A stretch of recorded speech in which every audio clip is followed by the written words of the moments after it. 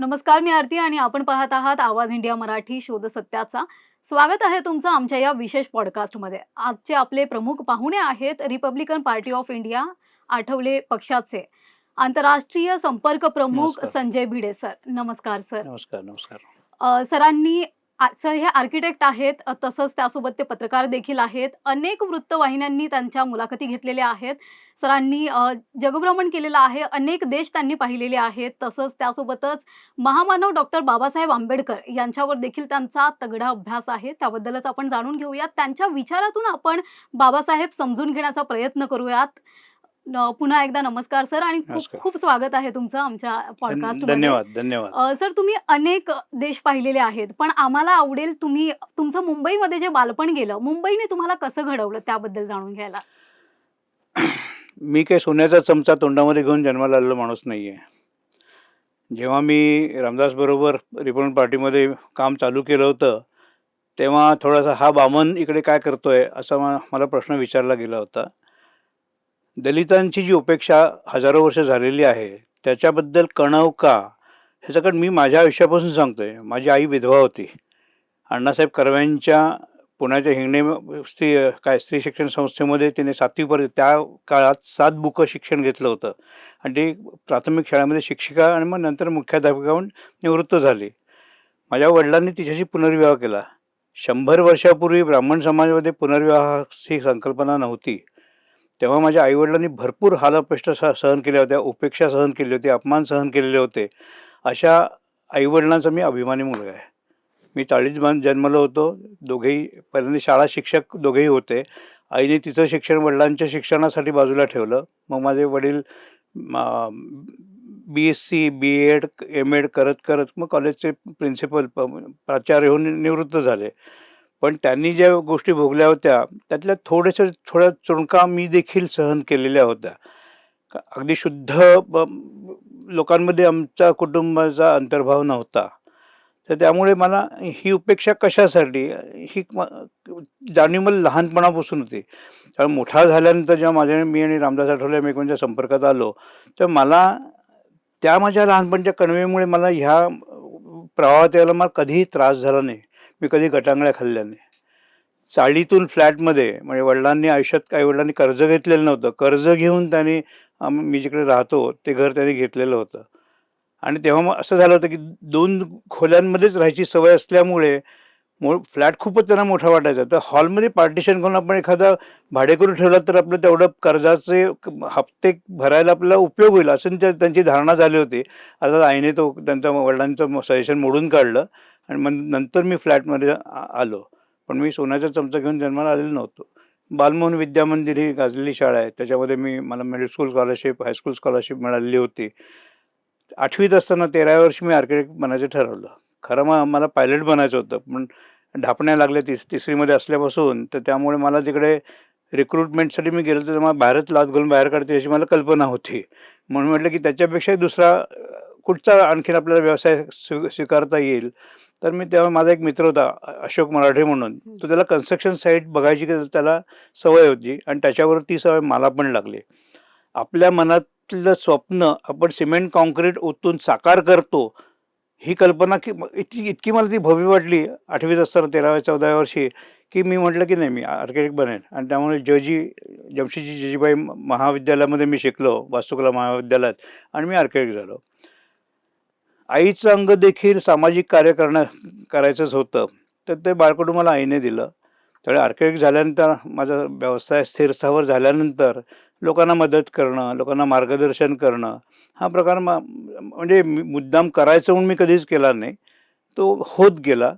असं करत करत करत माझ्या एकंदर आयुष्याला वेगवेगळे पैलू मिळायला सुरुवात झाली. आईवडिलांना माझ्या प्रचंड प्रवासाची आवड होती. वडील पण रशियाला, अमेरिकेला वगैरे जाऊन आलेले होते. आईने पूर्ण भारत बघितलं होतं, अगदी दक्षिणेपासून उत्तरेपर्यंत. तर त्यामुळे प्रवासाची सवय कदाचित मी त्यांच्यापासून उचलली असेल. जेव्हा समजायला लागलं आणि चौकसपणापेक्षा आगाऊपणा हा प्रकार माझ्यामध्ये जास्त होता. तर त्यामुळे वेगवेगळ्या देशांच्या लोकांना भेटायचं, त्यांच्याशी गप्पा मारायच्या, त्यांच्याशी मैत्री करायचे. तेव्हा पेन फ्रेंड्स हा प्रकार होता. आपण तिकडे त्या देशातल्या कोणातरी मित्र किंवा मैत्रिणी जमवायचे ना, आपण पत्रव्यवहार करायचा. तेव्हा काय IT, आणखीन ते इंटरनेट, आणखीन ईमेल्स पाठवणं. आता तर काय बरेच वेगवेगळी साधनं, हो. X आलेलं आहे, आणखीन Instagram आलेलं आहे वगैरे. पण तेव्हा तो काही प्रकार नव्हता. एक पत्र पोचायला परदेशी देखील दीड महिना लागायचा. त्यांचं उत्तर यायला आणखीन 1.5 महिना, आणि मध्ये कधी-कधी लगेच उत्तर द्यायला वेळ नसेल तर 5-6 महिने पत्राची वाट बघायला लागायची. आता खूप लोकांना तुमच्या पिढीला खूप हे सोपं झालेलं आहे. पण असं करत मी आंतरराष्ट्रीय मित्र जमा करायला सुरुवात केली. आत्ता स्टुडिओमध्ये माझ्या बरोबर इंग्लंडचा माझा मित्र, माझ्या संस्थेचा आंतरराष्ट्रीय अध्यक्ष आहे तो, ग्रॅहम लंडन नावाचा ग्राफिक डिझायनर. तो पण आत्ता इकडे आलेला आहेच. नंतर तुला त्यांच्याशी देखील थोड्याशा गप्पा मारायच्या आहेत. पण तो आणि मी 1978 पासून मित्र आहोत. म्हणजे तू जेव्हा नक्कीच जन्माला आलेली नव्हतीस 1978 मध्ये. तर त्यावेळी ग्रॅहम हा इंग्लंडमधला माझा मित्र आहे. योन अँडरसन नॉर्वेमधला माझा मित्र आहे. अलेक्स गुएन आहे तो फ्रान्समधला माझा, पॅरिसमधला माझा मित्र आहे. त्याच्यानंतर शुई बो नावाचा माझा चीनमधला मित्र आहे. पोरिया रिझाईन नावाचा माझा इराणमधला, आता तो जर्मनीवर सेटल झालेला आहे, कारण तो राजवटीला त्याचा विरोध असल्यामुळे वगैरे. पण असे वेगवेगळ्या देशांमध्ये माझे अतिशय जिवलग मित्र आहेत. काही लोकांना, मुलांना मी मुलगा म्हणून मी मानतो, पण ते खरे मित्र झाले, ते काय प्रत्यक्ष मित्र नव्हे. पण असा माझा परिवार जवळजवळ आता 12-13 देशांमध्ये माझा मानलेला परिवार आहे, आणि एकंदर 70 देशांशी माझे आता संबंध प्रस्थापित केलेले आहे. वाटचाल चालत असताना मग बरेचसे माझे कुमार केतकर आहे, महेश म्हात्रे आहे, पूर्वीचे टिकेकर होते लोकसत्ताचे, ते पण माझे चांगले मित्र होते. यांच्यामुळे मला पत्रकारिता म्हणजे काय, चौकसवा मग म्हटलं मी थोडासा आगाऊ असल्यामुळे त्याचा मला इकडे फायदा झाला. प्रश्न विचारायचे वेगवेगळ्या समाजातल्या समस्यांवर, आणि त्याची उत्तर मिळवायचा प्रयत्न करायचा, हे मला लहानपणापासून मला ती खाज होती असं म्हणायला हरकत नाही. माझ्यापर्यंत मी त्यांना उत्तर द्यायचा प्रयत्न करायचो. सगळीच माझी उत्तरं बरोबर असतील अशातला भाग नाही.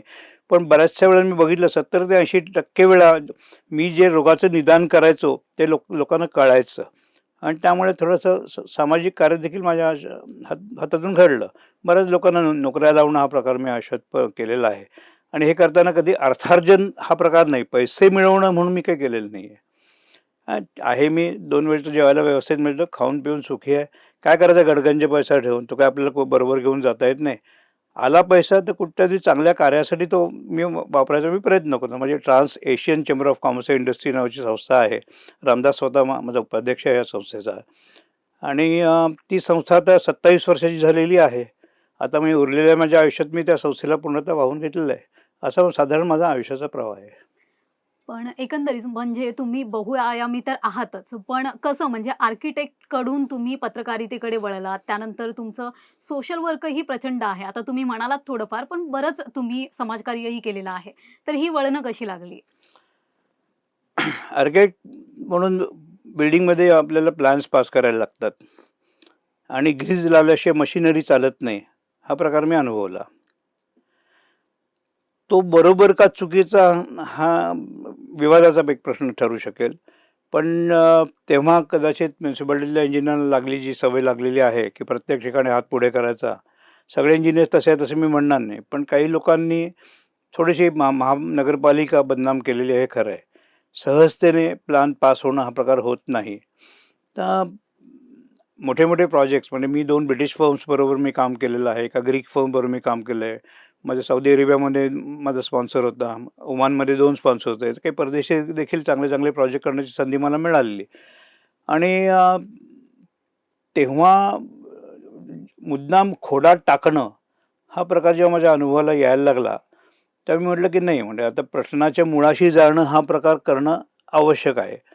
कदाचित त्या माझ्या आणि माझा स्वभाव चौकस किंवा आगाऊ जे काय असेल ते, त्यामुळे प्रश्नाच्या मुळापर्यंत जाण्याची सवय असल्यामुळे मला पत्रकारितेचा मला कदाचित वेध लागला असेल कदाचित. आर्किटेक्ट झाल्यानंतर मी टिळक महाराष्ट्र विद्यापीठातून मी बॅचलर ऑफ जर्नलिझम केलं. त्याच्यानंतर मास्टर्स मी पूर्ण केलं, आणि माझी जर्नलिझममधली PhD मला एका अमेरिकन विद्यापीठाने दिली.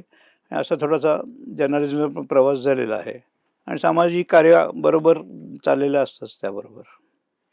तुम्ही म्हणजे तुमच्या मुलाखती पाहिल्यात, अनेक ज्या तुम्ही वृत्तवाहिन्यांना दिलेल्या आहेत, त्यामध्ये तुम्ही बऱ्यापैकी बाबासाहेबांबद्दल बोललेला आहात. तर बाबासाहेबांचे असे कुठले विचार होते, ज्यांचा प्रभाव तुमच्यामध्ये जास्त राहिलेला आहे?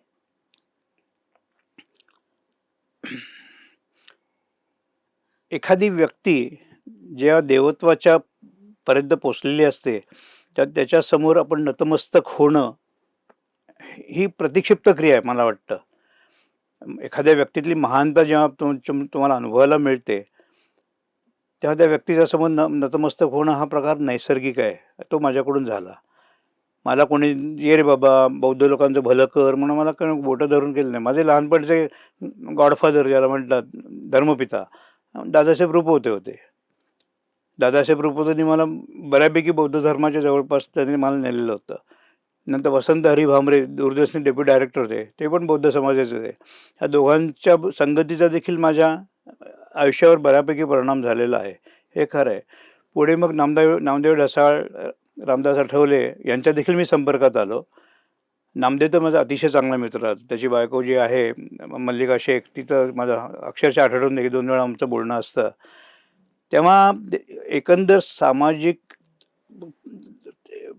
पातळी आपण बघितली, तर त्या पातळ्यांमध्ये वरची, मधली, खालची ह्याच्यामध्ये एकमेकांची जोड एकमेकांना देणं हा प्रकार बाबासाहेबांनी सुरुवात केला असं मला वाटतं.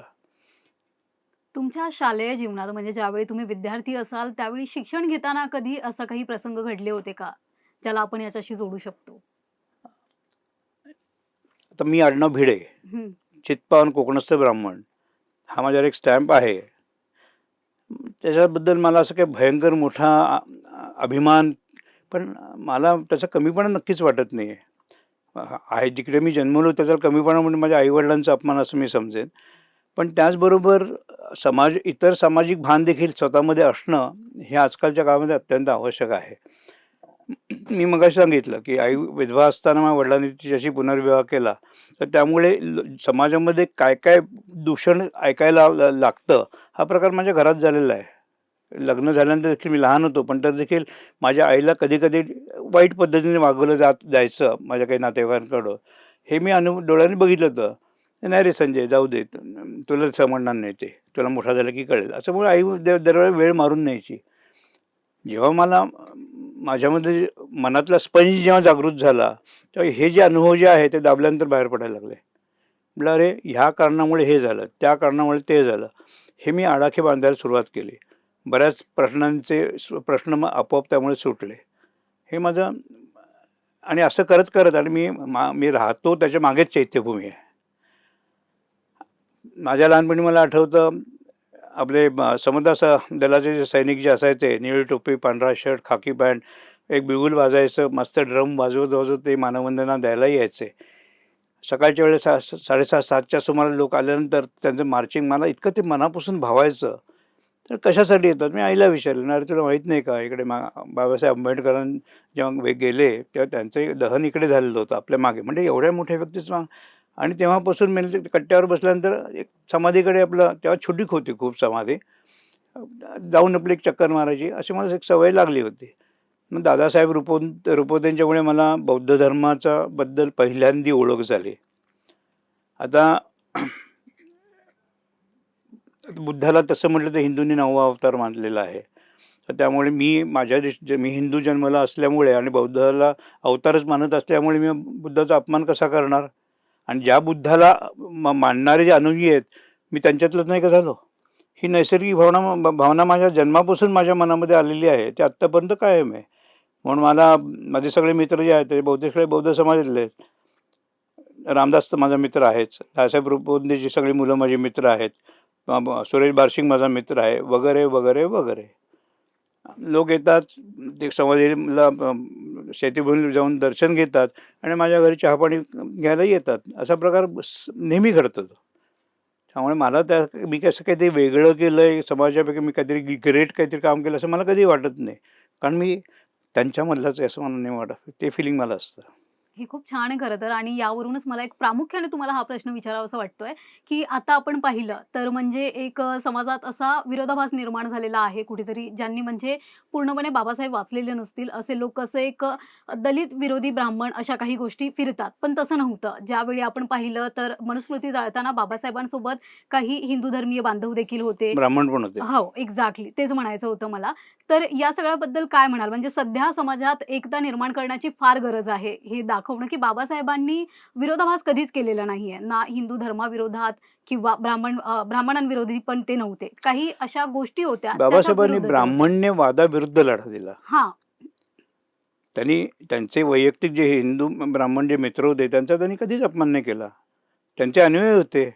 एकत्र खायचे, प्यायचे, धमाल करायचे, मजा करायचे, साहित्यावर चर्चा करायचे, राजकारणावर चर्चा करायचे. त्यात चुकीचं काय? त्याच्यामध्ये जात कसली आड येणार?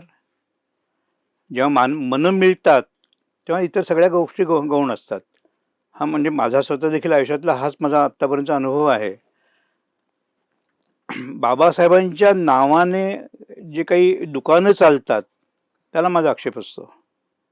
आणि मला वाटतं ती दुकानच सर्वसाधारण बौद्ध लोकांना हिंदू लोकांपासून दूर ठेवण्याचं सातत्याने काम करतात, असं माझं मत आहे. तुम्ही चळवळींमध्येही राहिलेला आहात. म्हणजे या दुकानांबद्दल तुम्ही म्हणालात, पण चळवळींनी समाजाला एक वळण दिलेलं आहे कुठेतरी घडवण्याला. खरंच दिलंय. हो. तर बाबासाहेबांनी जे ऐतिहासिक आंदोलनं केली, ज्यात चौदार तळी वगैरे अशा सगळ्या घटना आहेत, तर त्यांचा प्रभाव कसा राहतो आणि कशाप्रकारे चळवळी काम करतात याबद्दल थोडक्यात जरा? चवदार तळ्याचं जो लढा जो झालेला आहे त्यात चुकीचं काय होतं? ते पाणी जनावरं पिऊ शकत होती. तर काय जिवंत माणसाने पाणी त्याच्यातून प्यायला तर त्याच्यात पाप कोणाचं लागणार आहे? त्याच्यात कोणाचा धर्म बुडतोय? काय असतं की जसा समाजाचं उत्क्रांती होत जाते तशी समाजाची प्रगती होत जाते. त्यावेळेला काही लोक अगदी पोथीनिष्ठ वगैरे असतील तेव्हा विशेषतः ते तळं ज्या माणसाच्या मालकीचं होतं त्याने म्हटलं ठीक आहे, माझी काही हरकत नाही, पाणी तुम्ही प्या, पण माझ्या दृष्टीने ते तळ्याचं पावित्र्य संपलं. अर्थात मी जेव्हा जन्मलो पण नव्हतं हा सगळा प्रकार झाला तेव्हा मी त्या माणसाला नक्कीच विचारलं असतं, तुला गाढवाने त्याच्यात तोंड घातलेलं चालतं, तुला कुत्र्याने तोंड त्या पाण्यावर तोंड घातलेलं लागतं आणि जिवंत माणसाने पाणी घातल्यानंतर तुझं कसं काय त्याचं अपवित्रतं पाणी ते, असा मी प्रश्न विचारला असतं नक्की. तुम्ही म्हणजे एकंदरीत फारसा अभ्यास केलेला आहे. तुम्हाला माहीत आहेत बाबासाहेब खूप चांगल्या पद्धतीने. पण बरेच बाबासाहेबांचे असे पैलू आहेत जे समाजासमोर नाही आहेत. त्याबद्दल काय सांगाल? त्यांच्या वैयक्तिक आयुष्याबद्दल काही अशा गोष्टी? बाबासाहेबांबद्दल त्यांच्या जेवणाबद्दलच्या त्यांच्या खाण्याबद्दल माझी मुलाखत देखील एका चॅनल जय महाराष्ट्र चॅनलने प्रसिद्ध केली होती मागे. तेव्हा बाबा खवय्ये होते, त्याचा काही प्रश्नच नाही. आणि देहयष्टीवरून देखील आपल्याला अंदाज बांधता येईल. आनंदाने जगणं हा प्रकार होता. तत्वांशी मुरड न घालता आनंदाने जगणं हा एक अत्यंत महत्त्वाचा तोल त्यांनी अशा आयुष्यात सांभाळला असं मी म्हणेन. त्याने आपल्या तत्वाला कधीही त्यांनी मुरड घातलेली नव्हती. पण त्याचबरोबर त्यांच्याबरोबर ब्राह्मण पण होते, मराठा पण होते, सर्व जातीतले लोक होते. आणि त्या जाती पद्धतीलाच त्यांनी मूलतः विरोध केला ना. सर्व माणसं आपण एक आहोत ही संकल्पना जी बाबासाहेबांची होती ती असायला सगळ्यांच्या मनामध्ये असायला हरकत काय आहे? सामाजिक एकोपा एकंदरीत बाबासाहेबांनी जपला. तोच सध्या म्हणजे कुठेतरी कमी पडतोय समाजासमोर. तर काय एकंदरीत कारणं असतील असं वाटतं तुम्हाला सध्या?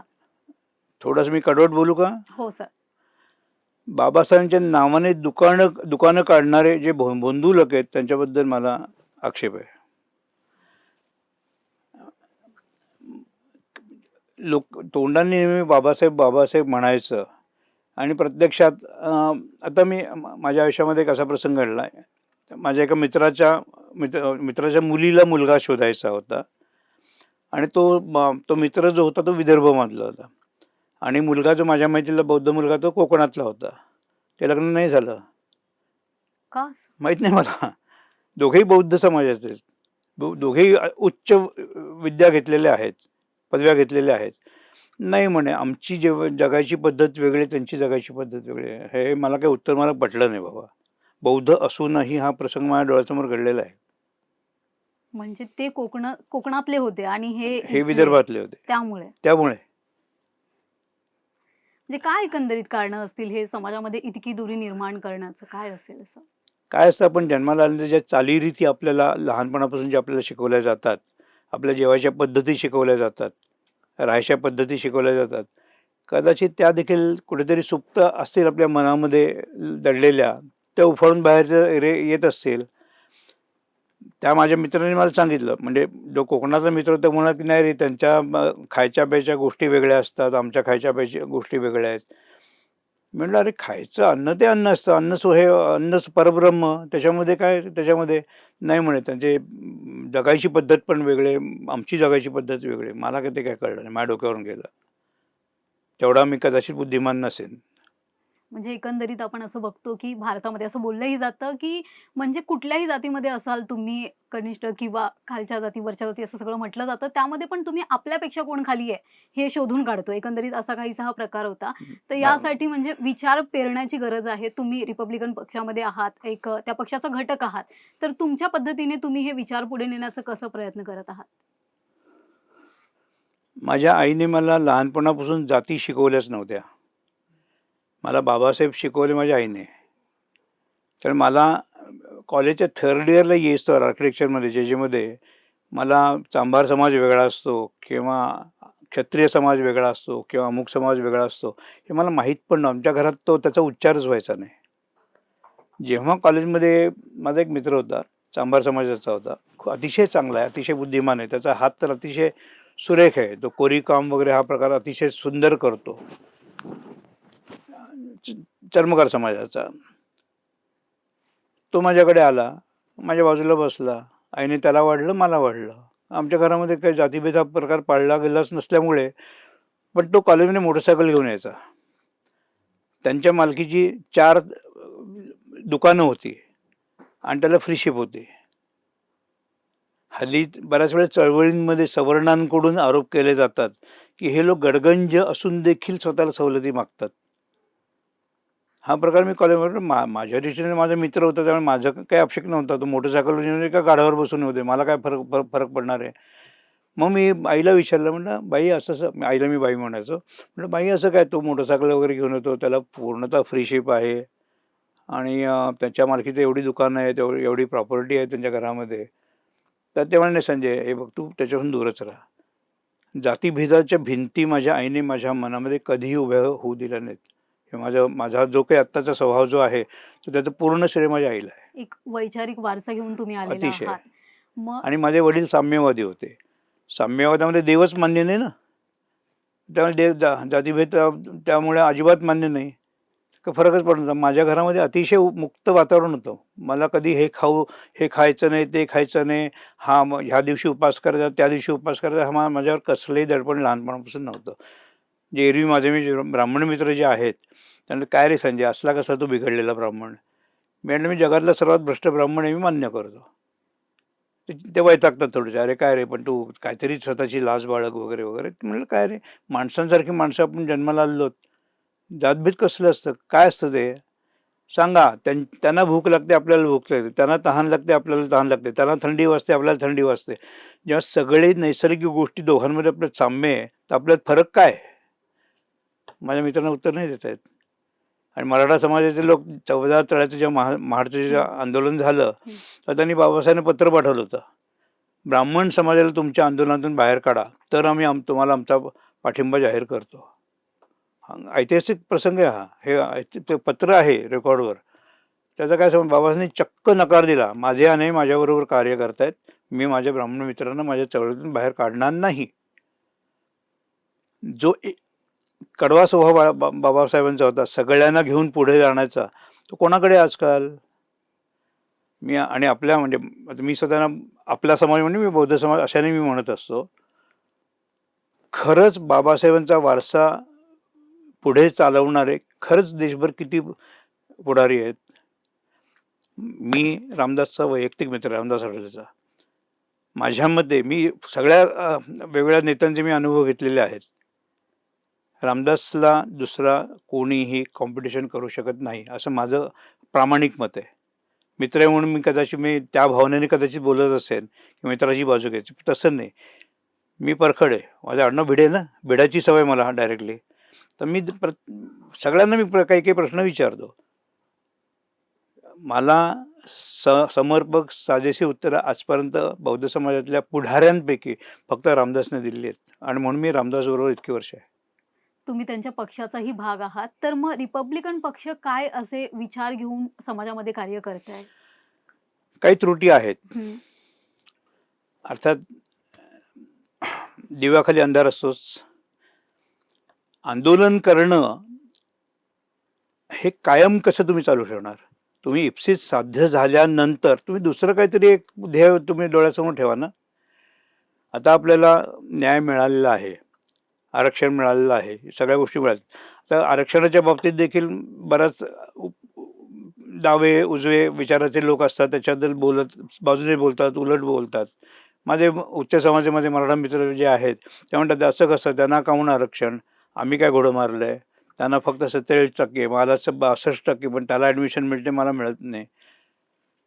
त्याच्यावर माझा मित्र नरेंद्र जाधवने मात्र खूप चांगलं सांगितलं होतं की नरेंद्र तेव्हा मला म्हणाला की हजारो वर्ष आमच्या समाजावर जेव्हा अन्याय झालेला आहे, तर त्यांना त्याचा जास्त मोका मिळाला तर हरकत काय असावी, पण त्याला देखील कुठेतरी धरबंद असला पाहिजे, हे तेव्हा नरेंद्रने मला सांगितलं होतं. आणि त्याबाबतीत मी नरेंद्रला मानतो, आणि तो परखड आहे. रामदासने देखील जवळजवळ हेच उत्तर मला दिलेलं होतं. आणि आता क्रीमी लेअर वगैरे जे काही म्हटलं जातं त्या बाबतीमध्ये बरेचसे जे IAS IPS IFS वगैरे ऑफिसर असतात, नीट व्यवस्थित पैसे कमावून असतात. मुद्दाम मी कमावून याच्यावर मुद्दाम हे करतो. सगळं असतं त्यांच्या घरामध्ये, तर देखील त्यांना फ्रीशिप कशाला पाहिजे? माझ्या मते तुम्ही दलित समाजामध्ये खालच्या थरामध्ये, सो कॉल्ड, मी थर मानतच नाही, त्या थरामध्ये तुम्ही जन्माला आलात, तुम्हाला शिक्षण हे फ्री दिलं गेलं पाहिजे. पुढे तुम्ही मेरिटला लायक तुम्ही निर्माण झाले पाहिजेत, म्हणजे इतर लोक तुमच्यावर टीका करायचं बंद होईल. आणि काही लोकांनी आपणहून पण, जेव्हा स्वतः नीट व्यवस्थित आयुष्यामध्ये सेटल झालेच, अशा वेळी आपणहून त्यांनी देखील आरक्षणाचा गैरफायदा घेणं बंद करायला पाहिजे, नाही का? आणि माझ्या माहिती असे देखील अभिमानाने मी सांगतो की असे पण काही लोक बौद्ध समाजाचे आहेत की ते म्हणाले की संजय, आम्ही आरक्षण घेत नाही, आम्ही फायदे घेत नाही. एक चांभार समाज, माझ्या शाळेतला माझा मित्र होता, तो MSc झाला, त्याने कधीही फ्रीशिपचा फायदा घेतला नाही. कारण माझा बाप कमवतो, मी वडिलांना सांगितलं फी भरायची, त्यांनी पूर्ण BSc केलं, MSc केलं, प्रत्येक वेळेला पूर्ण फी भरून त्याने कसल्या आरक्षणाचा फायदा न घेता त्यांनी शिक्षण पूर्ण केलं. आपण दोन म्हणजे उच्च समाज आणखी नीच समाज, सो कॉल्ड, याच्यामध्ये जी दरी निर्माण करतो, ती दरी आपण कशी भरणार? आणि बरेचसे बौद्ध लोक माझे जे मित्र आहेत किंवा परिचित आहेत, किंवा ज्यांचा स्वभाव मला आवडत नाहीत असे पण जे आहेत, ते इतर समाजाशी अत्यंत तुसडेपणाने का वागतात? मग ही दरी कधी भरली कशी जाणार? तुम्हाला तुमची मतं मांडायला उर्मटपणाच करायला पाहिजे, दंगलच करायला पाहिजे, दगडफेकच करायला पाहिजे? मागे एक असा प्रसंग झाला होता, त्या काहीतरी थोडीशी दंगल वगैरे झाली, तर मी त्या नावं घेत नाही मी आता, कारण ते आता खूप मोठे पुढारी वगैरे झालेले आहेत. तर मग अरे नाही, त्याच्याशिवाय आमच्याकडे लक्ष वेधलं जात नाही, आम्ही लक्ष वेधून घ्यायला म्हणून आम्ही असं वागत असतो, म्हणून आम्हाला हातामध्ये कायदा घ्यायला लागतो वगैरे. म्हणजे तो आता जमाना गेला. आता लोकांचं शिक्षण बऱ्यापैकी झालेलं आहे, तेव्हा दलित समाज देखील शिक्षण अतिशय चांगलं झालेलं आहे. बहुतेक सगळे ते लोक जे आहेत ते स्वतःचं स्टेटस सांभाळून नसतात, ते सगळ्यांमध्ये मिक्स होत असतात. माझा एक अतिशय चांगला IFS ऑफिसर मित्र आहे, तर बौद्ध समाजाचा, आपल्या समाजाचाच आहे. 5-6 माझे IAS ऑफिसर्स माझे मित्र आहेत, ते पण बौद्ध समाजाचे आहेत. त्यांचं वागणं इतकं सुरेख असतं, सगळ्या लोकांना बरोबर घेऊन ते पुढे जात असतात. त्यांना शिक्षण मिळालं म्हणजे त्यांच्या सभ्यपणाला का असं काही नसतं. शिक्षण मिळाल्यानंतर बाबासाहेब म्हणाले ना, वाचाल तर वाचाल, बरोबर, वाचाल तर वाचाल. जसं तुम्ही जेवढं वाचन कराल, तुमचं शिक्षण, तुम्ही उच्च शिक्षण घेऊन विद्याभूषित तुम्ही जसे व्हाल, तुमची बुद्धीची प्रगल्भता वाढेल, तुम्हाला पुढे जायला आणखीन एक मी गंमत सांगतो. हे जे शिकलेले लोक जे आहेत, म्हणजे बाकीच्या दलितांमधल्या ज्या सो कॉल्ड ज्यांनी जे आरक्षणाचा फायदा घेऊन देखील संधी घेऊन पुढे जाऊ शकत नाहीत, त्यांचा आक्षेप नेहमी हे पुढे गेलेल्या लोकांबद्दल असतो. हे म्हणे आता दलित ब्राह्मण झालेत, ही शिवी. मग कुठे जाईल की ब्राह्मणाला टोचायचं का, असा प्रकार जो आहे. मग आपण आपापसामधल्या ज्या दऱ्या ज्या आहेत त्या आपण दऱ्या मिटवणार कसा, एकमेकांशी आपण संवाद साधणार कसा? हा संवाद बौद्ध समाजाच्या लोकांनी इतरांच्या बरोबर मिक्स होऊन साधावा, त्याच्यासाठी प्रयत्न करा, असं माझं तरी मत आहे. म्हणजे याच्याने जी समाजामध्ये एक विषमता निर्माण झालेली आहे नाही, ती दरी कमी आहे, होईल. विचारांचं आदान प्रदान व्हायची जी त्याच्यामध्ये जी दरी आहे निर्माण झाली,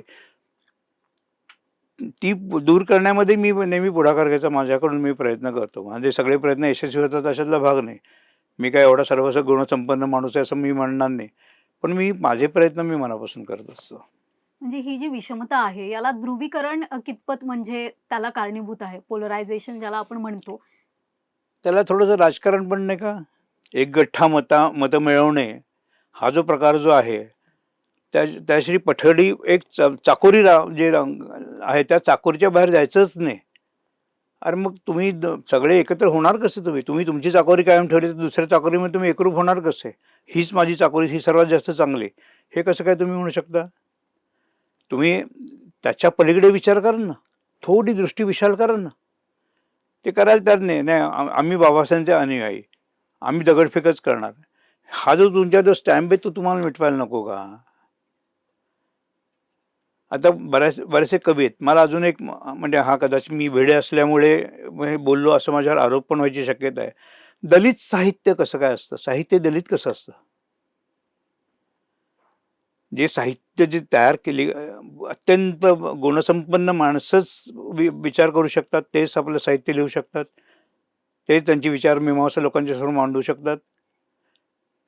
तर त्याच्यामध्ये साहित्य दलित आणि ब्राह्मण साहित्य असं मी तरी ऐकलेलं नाही, मराठा साहित्य असं मी ऐकलेलं नाही, पण दलित साहित्य असं म्हटलं जातं. कारण का? समाजाने दिलेली नावं आहेत. दलित समाजानेच. आता शिक्षणामध्ये तुम्ही बघायला जाल तर माध्यमांना सुद्धा असं म्हटलं जातं दलित मीडिया असं म्हणून, पुस्तकांमध्ये असं नमूद असतं. त्याचं मूळ शोधायला पाहिजे की नको? पण अर्थात ते चुकीचं आहे ना. ही विषमता आपण निर्माण का करतोय? मी माणूस आहे हे का, ही भावना का नाही आहे? मी समाजाचा घटक आहे ही भावना का नाही आहे? दरवेळेला नाही मी दलितच आहे असे बुरखे कशाला पांघरायचे? मोकळ्या मनाने विचारांचं आदान प्रदान करा. आपल्याला आवडेल अशीच गोष्ट आपल्यासमोर मांडली जाईल का? नाही. पण ती गोष्ट आपल्याला का आवडत नाही ह्याची विचारमीमांसा आपण कधी करतो का? त्यासाठीच कुठेतरी समाजात ध्रुवीकरणाचीही गरज आहे आणि ती कायम राहील. आणि त्याच्यासाठी सांगितलं ना, जे रामदास आता काम करतो आहे ते रामदास, मी जेव्हा रामदासकडे अगदी सुरुवातीला मी थोडासा उल्लेख केला होता, तर मी जाऊन बसायचं होतं, हा बामन इकडे कशाला, बामन इकडे कशाला आला, असं माझ्या कानावर येईल असे उल्लेख व्हायचे. मी रामदासला म्हणलं, बाबा रामदास, मी म्हणलं मी इकडे येणं लोकांना आवडत नाही आहे का? नाही असं काही नाही, मी आहे ना. म्हटलं तसं नाही, म्हटलं नसेल नाही तर मी येणार नाही, काही काळजी करू नका. मग एकदा रामदासने सगळ्यांना तंबी दिली. संजय भिडे माझा मित्र आहे, आणखीन ते आपल्याबरोबर कार्य करायला म्हणून आलेले आहे, त्यांना कसलाही प्रकारचा उपद्रव झाला नाही पाहिजे. मग बडबड बंद झाली. मग असं का? हाही एक प्रकारचा जातीवादच झाला. म्हणजे मलाच वाईट टाकलं ना. तुम्ही ज्या पद्धतीने म्हणालात आरक्षणाबद्दल, तर त्याला एक जोडून प्रश्न मी तुम्हाला म्हणजे करावासा वाटतोय मला, की आरक्षणाचा जो मुद्दा आहे, पण शिक्षणामध्ये असं पण आहे, की छत्रपती शाहू महाराज यांच्याकडून जी एक असे ट्रस्ट आहे शासनामार्फत, त्यामध्येही जे शिक्षण घेतात, पदव्युत्तर शिक्षण घेतात, त्यांना त्यात सवलत आहे आणि ते सगळ्याच समाजासाठी आहे. आणि राहिला प्रश्न आरक्षणाचा, तर असं नाही वाटत का, म्हणजे शिक्षण हे मोफत असायला पाहिजे, म्हणजे ज्यांना गरज आहे शिकण्याची आणि पैसा नाहीये, पण शिक्षणावरती छान अधिकार बोललीस, प्रत्येकाचा अतिशय छान आहे, बोललीस. शिक्षणच जर मोफत केलं तर याची गरजच राहणार नाही. कशाच, सगळाच प्रश्नच संपतील ना. आता माझा मित्र जो ग्रॅहम लंडन आला आहे, त्याच्या एक पूर्ण देशामध्ये, इंग्लंडमध्ये मेडिकल सर्व्हिसेस फ्री आहेत सगळ्या लोकांना, श्रीमंतांना पण गरिबांना पण. तसंच आपण हिंदुस्थानामध्ये शिक्षण, तुम्हाला पूर्ण शिक्षण फ्री ठेवता येणार नाही हे मी मान्य करतो, पण शालेय शिक्षण आपण शिकायला जेव्हा सुरुवात करतो तेव्हापासून तुम्ही एस 10वी पर्यंत किंवा 12वी पर्यंत तुम्ही येता, ते सगळं शिक्षण तुम्ही फ्री केलं. शिक्षणातले जे विषय आहेत हं, ते देखील तौलनिक दृष्टीने सगळे सारखे ठेवले पूर्ण देशभर, तरच समानता निर्माण नाही का होणार? अगदीच. प्रांतीय अभिमान असणार. आपल्याला शिवाजी महाराजांचा अभिमान आहे, राणा प्रतापांचा अभिमान राजस्थानच्या लोकांना आहे. असे स्थानिक अभिमानाचे आपले नक्कीच विषय असतील, पण तरी देखील अशा लोकांना व्यक्तिमत्व आपण देऊन देखील आपण एक समानता निर्माण नाही करू शकणार. ते करण्याची गरज आहे. तो छान मुद्दा काढला असतो आता, हे शिक्षणच मोफत करणं अत्यंत आवश्यकता आहे त्याची. तुम्ही सध्या सत्तेत आहात म्हणजे जे आहेत केंद्रामध्ये त्यांच्यासोबत तुम्ही आहात, तर काही प्रयत्न होतील का तुमच्या पक्षामार्फत? माझ्या मते रामदास तरी अतिशय चांगलं काम करतोय. रामदासकडे कोणीही माणूस काम घेऊन गेला तर रामदास कधीही त्याला नकार देत नाही. रामदास कधी कधी मला थोडंसं वाटतं की रामदास थोडासा त्याच्यात त्या एक कोंडाळ्यामध्ये अडकलेला आहे. त्याच्या पलीकडे थोडंसं त्यांनी बघावं असं मी मित्र म्हणून सजेस्ट करू शकेन. पण तरी देखील एकदा रामदासच्या हातामध्ये कागद गेला तर पूर्ण वाचल्यानंतर रामदास त्याच्यावर निर्णय घेतो. म्हणजे ते राहण्याचा प्रश्न असू दे, कुठे म्युन्सिपाल्टीचा गटार साफ करण्याचा प्रश्न असू दे, किंवा कोणाला हॉस्पिटलमध्ये नेण्याचा प्रश्न असू दे, कुठचंही काम गेल्यानंतर रामदासकडून त्याच्यावर प्रतिक्रिया मिळत नाही असं होत नाही. केंद्रीय मंत्री असताना रामदास स्वतःचा मोबाईल नंबर लोकांना देतो. कोण करतं असं? एकतरी माणूस आता एकतरी पुढाऱ्यात त्या अख्ख्या हिंदुस्थानात आहे का? ही समाजाशी जवळीक बांधणारा असे पुढारी आपल्याला आता पाहिजेत. नुसते आपल्या बौद्ध समाजात पाहिजे असं मी म्हणणार नाही, सगळ्याच समाजांमध्ये पाहिजे, सगळ्याच राजकीय पक्षांमध्ये पाहिजे. तरच आपल्यामध्ये काहीतरी सामाजिक एकजूटता निर्माण होईल आणि आपण आपल्या देशाचं भलं करू शकू. ते लोकनेते आहेत म्हणजे लोकनेत्यांचा स्वभावच अर्थात असा असतो. पण कुठेतरी आपण बघायला गेलो तर नाही, त्यांचे कार्यकर्ते सगळ्या लोकनेता म्हणून घेणाऱ्यांचा स्वभाव असा आहे असं मला अनुभव नाही आलेलं. रामदासबद्दल मी बोलू शकतो. हां, कारण ते म्हणजे अर्थातच लोकनेता आहेत, त्यामुळे त्यांची लोकप्रियता पण तेवढी आहे. पण हल्ली आपण बघतोय, की त्यांचे जे कार्यकर्ते आहेत, कुठेतरी नाराज आहेत पक्षावरती. कारण जे मध्यंतरी झालं तिकिटांवरून, जागा वाटपांवरून, तर त्याबद्दल काय आहे? कार्यकर्त्यांसाठी काय दिशा ठरवली आहे? बाबासाहेब काय म्हणत होते? राज्यकर्ता समाज बना. रामदासने एक पाऊल त्या दृष्टीने टाकलं. त्याच्यासाठी त्याला काय भोगायला लागलं? असूया, मत्सर, कॉमेंट्स, कुचकट कॉमेंट्स. त्याला मी जास्त किंमत देणार नाही. पण तुम्हाला आपला समाज लहान आहे. लोकसंख्येच्या दृष्टीने म्हटलं तर आपण जेमतेम 6% 7%च्या वर काही जातो असं मला वाटत नाही आहे. आपण जेव्हा राज्यकर्ते समाज आपल्याला व्हायचं, बाबासाहेबांनी आपल्याला जी शिकवण दिलेली आहे, तर तेव्हा इतर समाज देखील आपल्या बरोबर घ्यायची प्रवृत्ती आपल्यात निर्माण व्हायला नको का? नक्कीच असायला हवी. दरवेळेला त्या ठिकाणी नाही नाही, हा उच्च समाजाचा आहे, हा ब्राह्मण आहे, हा अमुक आहे. हा जातीभेदाचा प्रकार ॲक्च्युली आपल्या लोकांकडून जास्त हल्ली व्हायला लागला आहे आणि तो अतिशय धोक्याचा असं मला वाटतं. जे तो चुकीचा आहे. कट्टरतावाद, मग तो डावा असो किंवा उजवा, तो घातकच आहे तो समाजासाठी काय? कुठचाही अतियाईपणा वाईटच असतो ना. मला गोड आवडतं म्हणून मी एका वेळेला 100 गुलाबजामुन खायचे का? नाही. ते चुकीचंच असतं ना. कितीही चांगली गोष्ट असली तरी देखील त्याचा अतिरेक आपण टाळणं गरजेचं आहे. हो. पण असं रामदास सोडला तर आपल्या समाजाला तर दिशा दाखवणार दुसरा कुठचा पुढारी मला सांग ना मग तुम्हाला. फार थोडेच. एक रामविलास पासवान होते, हं. अतिशय चांगले होते, सगळ्यांशी मिक्स होते. म्हणजे रामदास पासवानांची माझं काही खूप अशी माझी घसट झालेली नव्हती, पण जे काय मला त्यांचा अनुभव आला तो अतिशय चांगला आला होता.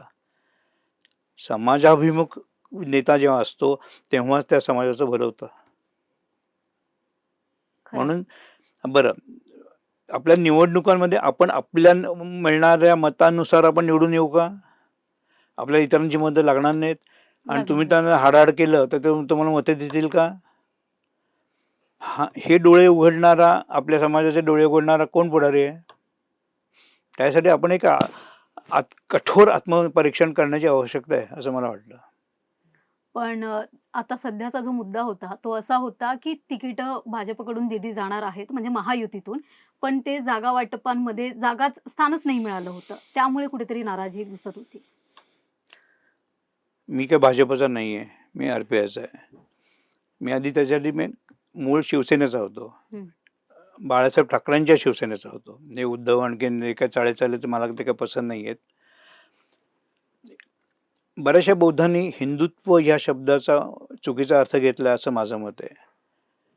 बाबासाहेबांनी ख्रिश्चन धर्म नाही स्वीकारला, बाबासाहेबांनी इस्लाम नाही स्वीकारला, कारण बाबासाहेब ह्या मातीतले होते. ह्या मातीतला बौद्ध धर्म म्हणून त्यांनी बौद्ध धर्म स्वीकारला. हे सत्य आपल्या लोकांना पचतंय का? आता मराठवाड्यामध्ये बऱ्याच ठिकाणी आपले बौद्ध समाजाचे लोक बाटून ख्रिश्चन होत आहेत किंवा त्यांना मुसलमान केले जाते. ते थांबवण्याची आपल्याकडून काही चळवळ होते का? आणि मी डोळ्यांनी बघितलेले आहेत. माझा एक मित्र आहे, अगदी खरा आपला अभिमानी बौद्ध होता आणि त्याच्या DPवर एका दिवसात क्रॉस यायला सुरुवात झाली. मी त्याला विचारलं, काय रे हा काय प्रकार? नाही म्हणे, मला अडचणीच्या वेळेला मला त्यांनी खूप आर्थिक मदत केली, मग मला ते चर्चमध्ये घेऊन गेले आणि म्हणून मी ख्रिश्चन झालो. ही गळती आपण थांबवायला नको?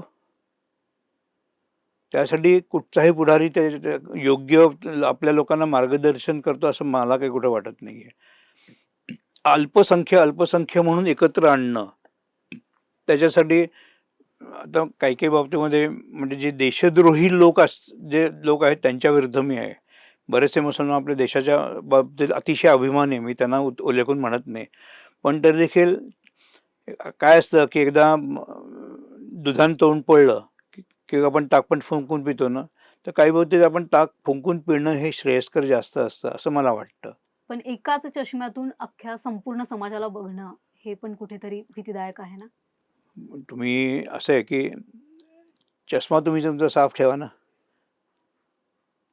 चष्म्याचा रंग तुम्ही हिरवा केला तर तुम्हाला सगळ्या गोष्टी हिरव्या दिसतील. त्या निळ्या वाटलं की मग आपण जत्रेला जातो आणि रंगीत चष्मे घेऊन फिरतो, तर लाल रंगाचा चष्मा, हिरव्या रंगाचा चष्मा, ते रंगीत चष्मे आपण काढणं अत्यंत आवश्यक आहे. आपण पारदर्शक, नितळ, समोरच्याच्या मनाचा थांग येणारा चष्मा आपण डोळ्यांना लावतो का कधी? त्याला समजून घ्यायचा आपण प्रयत्न करतो का? ते महत्त्वाचं नाही का?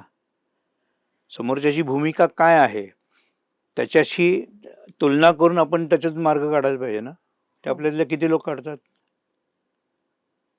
माझ्या मते आता आपल्या समाजाच्या लोकांनी तर देखील वाचन वाढवणं, इतरांशी अदबीने वागणं, इतरांशी प्रेमाने वागणं, जिव्हाळ्याने वागणं आणि सगळ्यांना घेऊन पुढे जाणं हे अतिशय आवश्यक आहे. आणि ते करण्यामध्येच आपण नेहमी कमी पडतो आणि त्यामुळे आपल्याला आपली डिपॉझिट जप्त होतात, आपण निवडणुका हरतो, तिकीट मिळवायला आपण घाई करतो, पण निवडून यायचं त्याच्यासाठी काय करायचं त्याच्यातच आपण नेहमी कमी पडतो. त्याला सोल्युशन काय आहे? त्याला उपाय काय आहे? ते आपण आत्मपरीक्षण कधी केलं आहे का?